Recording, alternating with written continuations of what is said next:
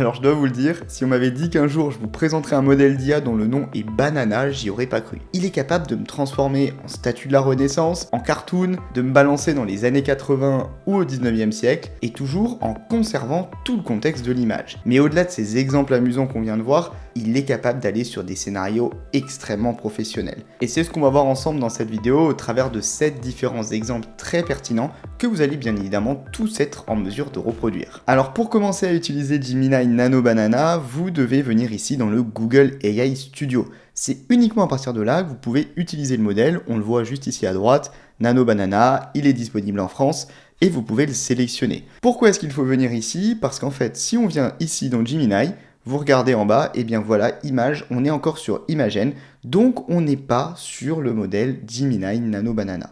Donc pour ça, vous voulez l'utiliser, vous venez ici dans le Google AI Studio. Ensuite, juste ici, on va passer au premier exemple. Le premier exemple, il est très basique, mais il va vous permettre de comprendre toute la force du modèle, c'est que ce modèle garde le contexte. Regardez, ici, je dis génère une image où la personne paraît énervée. Et là, je vais ajouter un selfie de moi-même. Le selfie est ajouté, voilà, et maintenant, je vais passer dans un mode énervé. Et ce qui va être super intéressant, c'est que Nano Banana, eh bien, il va me permettre de conserver tout le contexte de l'image. Que ça soit mes rides, mes grains de beauté, mes yeux, on voit tout le décor autour de moi, ma coupe de cheveux. Tout a été gardé pour générer l'image qu'on a juste ici. C'est extrêmement ressemblant, je pourrais même croire que cette photo a été prise par moi-même. Et après ça, vous pouvez toujours rebondir sur l'image qui a été générée. En fait, non, génère plutôt une image où la personne est contente, avec un petit sourire, et ajoute-lui un chapeau de paille. Alors ici, on voit qu'on m'a fait un petit sourire. Alors personnellement, je le modifierai un petit peu, mais j'ai bien un chapeau de paille et ça me garde encore tout le contexte. J'ai ici des grains de beauté qui sont toujours visibles, de même que pour la barbe avec certains différentiels de couleurs, tout est conservé. C'est juste dingue. Ensuite, juste ici, je pourrais encore aller un petit peu plus loin. Par exemple, maintenant, je vais rajouter un chien à côté de moi. On prend un selfie ensemble, on est au bord de l'océan aux Bahamas. Et je lui demande aussi d'augmenter l'intensité de mon sourire. Et là, bah voilà, bien évidemment, on voit que je souris un petit peu plus fort. Il m'a bien mis un chien, on est aux Bahamas. On voit bien encore que plein de traits de mon visage sont toujours visibles sur la photo. Il a conservé la couleur de mon t-shirt, le chapeau de paille. Et vous êtes capable, comme ça, d'ajouter plein de petites modifications. Ici, si par exemple je disais « mets des lunettes de soleil au chien », vous pouvez rajouter du coup un petit détail. Parce que si on regarde bien sur toute cette image, les lunettes de soleil c'est un détail, eh bien elles vont se retrouver sur le chien avec des lunettes de soleil pour avoir quelque chose d'un petit peu fun, tout en conservant du coup tous les autres aspects de l'image. Donc vous pouvez faire des modifications d'image comme ça très simples avec Nano Banana pour pouvoir ajouter des petits éléments tout en conservant toujours le contexte de votre image. Et juste avant de passer à l'exemple 2, si vous avez des erreurs, etc., vous pouvez appuyer sur Rerun ici, ce qui fait qu'il va vous régénérer l'image. Parfois, il va falloir 2-3 fois pour avoir une bonne image, c'est tout à fait normal. Ensuite, le second exemple, il va aller un petit peu plus loin, parce qu'en fait, juste ici, je peux lui demander de générer une image de 3 personnes qui lisent une carte dans la jungle. Derrière elle, je vais mettre un tigre caché dans les buissons et les personnes ne l'ont pas vu. Et si vous avez bien écouté ce que j'ai dit les personnes. Pourquoi ? Parce que Nano Banana, il est même capable d'avoir plusieurs images en entrée, et pas qu'une seule. Ici, comme on le regarde, j'ai pris 2 personnes fictives, plus toujours mon selfie. Et là, il va être en mesure de générer une image qui va venir faire le mix de ces 3 personnes et les mettre dans le contexte du prompt. Et là, regardez l'image, j'ai bien les 2 personnes plus moi et le tigre juste derrière au niveau des buissons qui va aller potentiellement manger les personnes. On pourrait avoir comme ça cette petite image. Maintenant, je peux aller encore plus loin ici. Par exemple, si je demandais tout simplement de mettre un puits de lumière sur les personnages. Pourquoi est-ce que je vous montre ça? Parce que c'est quand même extrêmement important. Vous êtes même en mesure avec Nano Banana de régler par exemple l'intensité lumineuse. Ici, ça va se refléter, voilà, avec un puits de lumière qui en plus va un petit peu cacher le tigre. Vous pourriez aussi demander de changer l'angle de la photo. Si vous voulez un angle sur la droite, sur le profil, etc. Vous pouvez à chaque fois modifier ces éléments et lui va comprendre le contexte de l'image. Donc ici, deuxième exemple, on a pu prendre plusieurs images. Maintenant, pour passer au troisième exemple. Le but du troisième exemple, ça va être de générer des contenus, par exemple, pour de la publicité. Ça peut être des réseaux sociaux, une affiche dans le métro, une pancarte, etc. Mais pour utiliser ça, on ne va pas le faire ici au niveau du chat. On va aller à gauche, dans la partie Build. À partir de là, grosse force du Gemini, il est très bon dans le code, eh bien vous allez pouvoir créer des applications. Pourquoi une application? Parce que ce scénario, vous allez peut-être le faire 10 fois par mois, à chaque fois que vous voulez générer un post pour vos réseaux sociaux, eh bien vous pouvez créer une application et vous n'avez pas à chaque fois à retaper tout le prompt. Par exemple, moi ici, je lui dis de créer une application pour uploader une photo et derrière, il me génère directement des posts pour les réseaux sociaux. J'ai juste à lui envoyer le prompt et à partir de là, eh bien il est en train de créer cette petite application. L'application, on le voit en haut, je vais pouvoir la sauvegarder, ce qui fait que je peux la réutiliser à chaque fois. Ici, vous voyez qu'il est en train de générer tout le code de cette petite application, mais je vous rassure, juste après, on va pouvoir l'utiliser dans une interface beaucoup plus simple. Il n'y a pas besoin d'être développeur pour utiliser ce genre de solution. Et après quelques minutes comme ça, j'ai une application qui est prête à l'emploi. L'application, la voici. Ici, ce serait un générateur de publicité IA. Donc je vais pouvoir télécharger un produit ici en mettant un PNG, un JPEG. Alors moi j'ai fait simple, j'ai pris ici un iPhone. Et ce que je vais faire, je vais pouvoir choisir le format. Je veux par exemple un post Instagram. Et là, je peux décrire la vision de mon produit. Par exemple, c'est le téléphone IA des businessmen qui ont besoin d'être focus. Il y a une bulle IA qui se crée lorsqu'on le met à l'oreille. On est totalement protégé du monde affolé qui entoure l'homme. Et je génère comme ça la publicité. Donc à chaque fois que j'ai envie de créer, par exemple ici, un post pour les réseaux sociaux, eh bien je peux directement utiliser cette petite application. Ici par exemple, voilà le résultat. Restez focus, le smartphone des businessmen. Après, bien évidemment, je peux tout modifier. Ici, par exemple, j'ai mis ce petit encart qui me permet à chaque fois de prompter et de modifier les choses. Je pourrais par exemple mettre ici une affiche de métro et à chaque fois, eh bien, ça va me changer le visuel qui va être généré en tenant compte de prompts qui sont derrière dans le code. Je vais vous montrer juste après la génération d'images qu'on a ici. Donc voilà, par exemple, on l'a bien mis dans une petite bulle. Encore une fois, ici, après, on le modifie. Je vous parlais du code. Vous pouvez revenir ici et vous allez généralement avoir ici les constantes qui sont tout simplement en fait ici les prompts qui vont venir personnaliser l'image. Par exemple ici, place le produit pour la partie métro dans le métro, etc. Mais vous voulez peut-être le mettre dans le métro parisien parce que votre produit vous le vendez surtout en France. Eh bien vous pouvez ici dire par exemple Modern Subway Station et là vous mettez in Paris. Vous pouvez bien évidemment le mettre aussi en français. Ce qui va vous permettre de peaufiner cette application sans être un développeur. Et derrière, eh bien, quand vous allez utiliser l'application, eh bien, à partir de là, tout va changer. Et à savoir aussi que vous pouvez ici toujours demander des changements pour votre application au fur et à mesure. Et à chaque fois, ça va vous régénérer du code si vous voulez ajouter une fonctionnalité, un export, etc. Ensuite, quatrième exemple, je vais vous montrer comment vous pouvez aussi générer, eh bien, par exemple, des images pour un site web. Imaginez, vous avez un site web e-commerce, vous voulez vendre par exemple des habits, eh bien regardez. Ici, génère une image où je porte ce t-shirt de sport pour l'afficher sur mon site web, et tu vas t'inspirer de l'image que j'ai pu récupérer sur un autre site web. Je vous montre les images. Ici, je rajoute l'image d'un mannequin que j'ai trouvé sur un site web. Maintenant, je vais rajouter le t-shirt et moi-même. Voilà, comme ceci, et là, j'ai juste à lancer le prompt.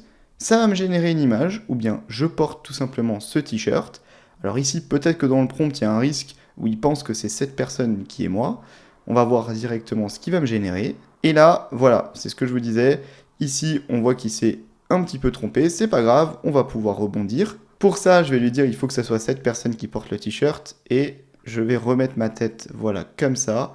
Et là, on va lancer. Et à mon avis, maintenant, on devrait avoir le bon résultat qui va être généré. Et de là, voilà, le résultat est sorti. Donc là, il a bien remis ma tête. Et comme on peut le voir, je porte bien le bon t-shirt, à la différence qu'il m'a un peu mis de côté, mais là je pourrais lui dire je veux seulement par exemple une photo de face. Mais alors là encore une fois, je vous recommande de créer une application, vous lui dites les mêmes instructions qu'avant. Là par contre ce que j'ai fait, c'est que je lui demande que l'application elle puisse me permettre de générer directement une image de face, de profil et de dos avec le vêtement porté par la personne uploadée et non un mannequin en bois, histoire d'éviter bien des hallucinations.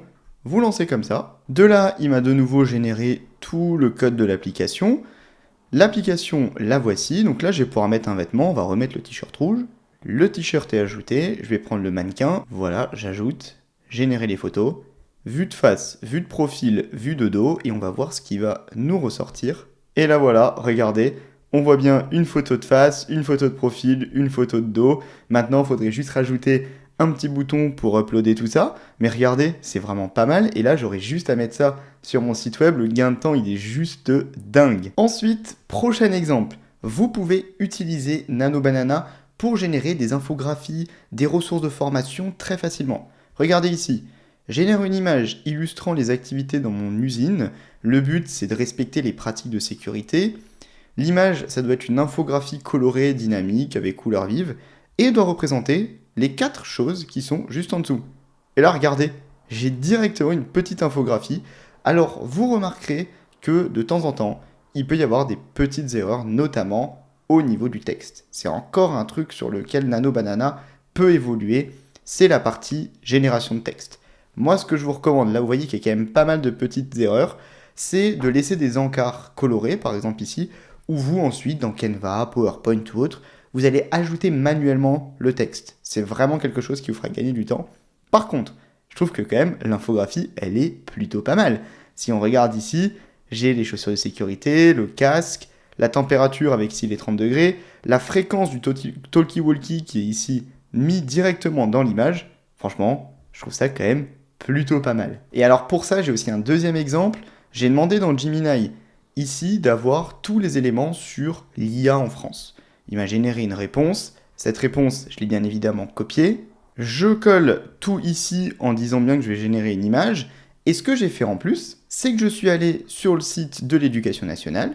Et là, j'ai pris cette infographie qui existe vraiment. Donc, vous pouvez prendre des infographies que vous avez peut-être déjà, notamment parce que vous allez avoir une charte graphique. Vous la mettez comme ça. Vous envoyez directement Nano Banana. Et de là, après quelques secondes, il va vous générer une image. À mon avis, on va retrouver des petites problématiques au niveau du texte. Mais je trouve qu'encore une fois, c'est déjà pas mal. Il a repris les éléments. Il a repris la structure. Derrière, moi, ici, je pourrais rajouter un carré blanc si ça ne me va pas. Par exemple, élève en d'action, ici je pourrais mettre un carré blanc et taper moi les textes manuellement. Par contre, eh bien, toute la partie créative, la génération du design, je pourrais reprendre ce qu'il m'a fait parce que c'est déjà plutôt pas mal. Sachant encore une fois, le modèle va continuer à évoluer bien évidemment. Ensuite, pour le prochain exemple de Nano Banana, si vous dessinez, que vous avez écrit des choses sur un tableau blanc, vous allez très vite pouvoir tout convertir en image avec Nano Banana. Ici, j'ai demandé à Gemini de me générer une histoire pour un manga avec une page de 6 cases. Je veux que tout soit en français, rien en japonais, et ça m'a écrit toute une histoire. Mais ce que je vais faire, c'est que je vais aller ajouter ici un héros qui a été dessiné, donc cette personne-là, que je veux retrouver dans les pages de mon manga. Et de là, j'ai juste à générer, et vous allez voir, il va me générer toute une page de manga, en respectant bien le nombre de cases, et surtout les textes que j'aurai écrits. Alors on va retrouver ces petits défauts de texte, mais vous allez voir, à mon avis, voilà, on a quelque chose de plutôt pas mal. Encore une journée, la même routine, encore une journée, la même routine. Qu'est-ce que c'était que ça? Impossible, un mirage. Donc il a pu comme ça déjà commencer à me créer quelque chose. On remarque quand même que ça reprend tous les éléments de mon histoire, ça reprend mon personnage et ça le met dans plusieurs dispositions. Donc je trouve quand même que le résultat est plutôt pas mal. J'ai un autre exemple pour ça où on va donner vie à un dessin. Ce dessin, le voici, il est juste là, c'est un croquis de la ville de Paris. Eh bien, ça va me donner vie à ce dessin. Ici, il m'a généré une image avec de très belles couleurs pastel, comme on peut le voir. C'est vraiment très joli. Et ça respecte tous les aspects de croquis que j'avais à la base. Et après, moi, j'aurais par exemple pu lui dire « mets cette image en mode ultra réaliste ». Dans le premier prompt, j'aurais déjà même pu le faire. Mais ici, c'est pour vous montrer qu'il va conserver à chaque fois toujours ces éléments de contexte. Voilà, et là, j'ai une image ultra réaliste qui a été générée avec ici des quais, etc. dans Paris, qui reprennent tout le croquis qui a été dessiné. Et alors cette image, je vais vous montrer quelque chose, vous pouvez la télécharger, et une fois que vous avez fait ça, vous allez dans Generate Media ici à gauche, vous prenez VO ici, donc on est encore sous VO2 parce que VO3 n'est pas disponible en France, mais vous allez pouvoir demander « anime-moi cette image », vous mettez comme ça l'image du croquis, et vous lancez VO2, et après quelques secondes, voilà le genre de résultat que vous pouvez avoir. Eh bien on voit que toute l'image s'anime. Donc moi je trouve que c'est un bon moyen aussi de combiner Nano Banana avec VO2 et bientôt VO3. Et alors là je vous remets la vidéo, je trouve qu'elle est vraiment très sympa et elle reprend tous les éléments d'un croquis. Je fais juste une très courte pause de moins d'1 minute dans la vidéo, mais c'est important pour ceux qui veulent aller encore plus loin dans leur maîtrise de l'IA. Vous retrouvez en description de cette vidéo plusieurs ressources qui peuvent vous aider. La première, c'est accéder à ma communauté IA France. C'est une communauté sur laquelle on s'entraide, on échange autour de l'IA. Alors c'est aussi dans cette communauté que je partage toutes les ressources de mes vidéos auxquelles vous pouvez avoir accès. Cette communauté, elle est 100% gratuite, ouverte à tous. Vraiment que des bonnes raisons pour la rejoindre. Vous retrouvez aussi le lien vers mon guide IA 100% gratuit. Ce guide, il vous donne certaines bases pour commencer à intégrer l'IA dans votre quotidien, présentation des fondamentaux de l'IA, template de prompt engineering à reproduire et des techniques de prompt engineering extrêmement puissants pour vous inspirer. Ce guide, c'est une référence en France. Il y a déjà 91 000 personnes qui l'ont téléchargé. C'est juste dingue. Ici, pour y avoir accès, c'est super simple. Vous venez ici, juste là, vous mettez votre email, vous appuyez sur ce petit bouton et sur la page d'après, vous avez accès au guide, format PDF et en web, et vous recevez même un email. Et enfin, je sais que vous êtes aussi extrêmement nombreux à vouloir automatiser vos tâches à l'aide de l'IA. Pour ça, vous avez aussi le lien de présentation de ma masterclass IA Master. Cette masterclass, c'est une référence en France. C'est la seule masterclass qui vous forme au prompt engineering, la fameuse compétence clé des prochaines années, et qui vous forme aussi à toutes les meilleures IA du marché. ChatGPT, Claude, Gemini, Copilot, Perplexity, et surtout, en 2025, il y a une vraie compétence à maîtriser, les agents IA. Pour ça, vous avez tout un module qui vous permet de créer à mes côtés votre premier agent IA. Vous retrouvez aussi les témoignages des personnes qui ont participé à cette masterclass et la valeur qu'elles en ont tirée. Alors cette masterclass, elle est ouverte à tous, peu importe votre niveau technique. La montée en compétences, elle est progressive. Vous pouvez suivre ça comme une série Netflix, vous mettez pause, vous revenez un petit peu plus tard. Et moi, je m'engage à une chose. Cette masterclass, il faut savoir que vous en avez un accès à vie. Eh bien moi, je la mets à jour tous les mois. Pourquoi ? Parce qu'en fait, l'IA, ça évolue très vite. Et comme ça, je m'assure que vous êtes toujours formé à la pointe de l'IA. Et bien évidemment, vous bénéficiez de tous ces nouveaux modules en ayant des accès à vie. Enfin, un dernier exemple dans lequel Nano Banana est super fort, si comme moi, à chaque fois vous allez chercher des images sur le web et il y a des filigranes, eh bien sachez que vous pouvez très vite contourner ça. Génère une image d'une icône 3D du fusée avec un fond transparent. Ben là, regardez, ça va me générer directement une petite fusée. Et voilà, j'aurai juste à la reprendre ici, à la télécharger et à la mettre par exemple dans une présentation. Je peux facilement la détourer étant donné que le fond est transparent. Ça marche aussi super bien pour des illustrations. Ici, par exemple, illustration fond blanc avec une personne qui travaille sur un PC. Vous avez besoin d'une petite icône. Bah là, regardez, voilà. Ça vous généré directement une petite illustration d'une personne qui est en train de travailler. Après, vous pouvez bien évidemment la modifier et la télécharger comme ça et la mettre dans votre présentation. Alors juste ici, je voulais vous partager quelques bonnes pratiques pour utiliser Gemini 2.5 Flash Nano Banana. Ici déjà, vous retrouvez le lien en description de la vidéo pour pouvoir accéder à Google AI Studio, la page de présentation de Gemini Nano Banana. On voit que c'est un modèle qui vraiment surperforme les autres modèles de génération d'images d'après les benchmarks. En termes de bonnes pratiques, déjà, il y a vraiment une notion où quand vous lui demandez des modifications, faites-les les unes après les autres. Évitez de mettre plein de modifications, ciblez plein de petits points. Je vous rassure, il va garder le contexte, il est très bon là-dedans. Mais faites vos petites modifications, ça va éviter d'avoir des hallucinations dans tous les sens. Ensuite, il faut savoir que Gemini 2.5 Nano Banana, il s'appuie déjà sur Gemini 2.5 qui était un très bon modèle. Donc à la fin, il a de très bonnes capacités, donc faites-lui confiance là-dessus. Utilisez de temps en temps le rerun, vous avez vu, pour la génération de texte, c'est parfois encore un peu limite, mais je suis sûr que dans les prochains mois, ça va encore évoluer. Et bien évidemment, continuez à mettre en place les pratiques de prompt engineering, soyez bien précis, c'est ce qui va vous permettre d'avoir de très bons résultats en l'utilisant. Donc vous l'avez vu, tout l'engouement qu'il y a autour de Gemini 2.5 Nano Banana, il est totalement justifié. Vous voulez peut-être comparer Gemini 2.5 Nano Banana avec Image Generator de ChatGPT, eh bien sachez que j'ai fait une vidéo qui s'affiche juste ici et qui va vous permettre de reprendre les mêmes exemples et de comparer les résultats pour choisir le modèle qui vous convient le mieux.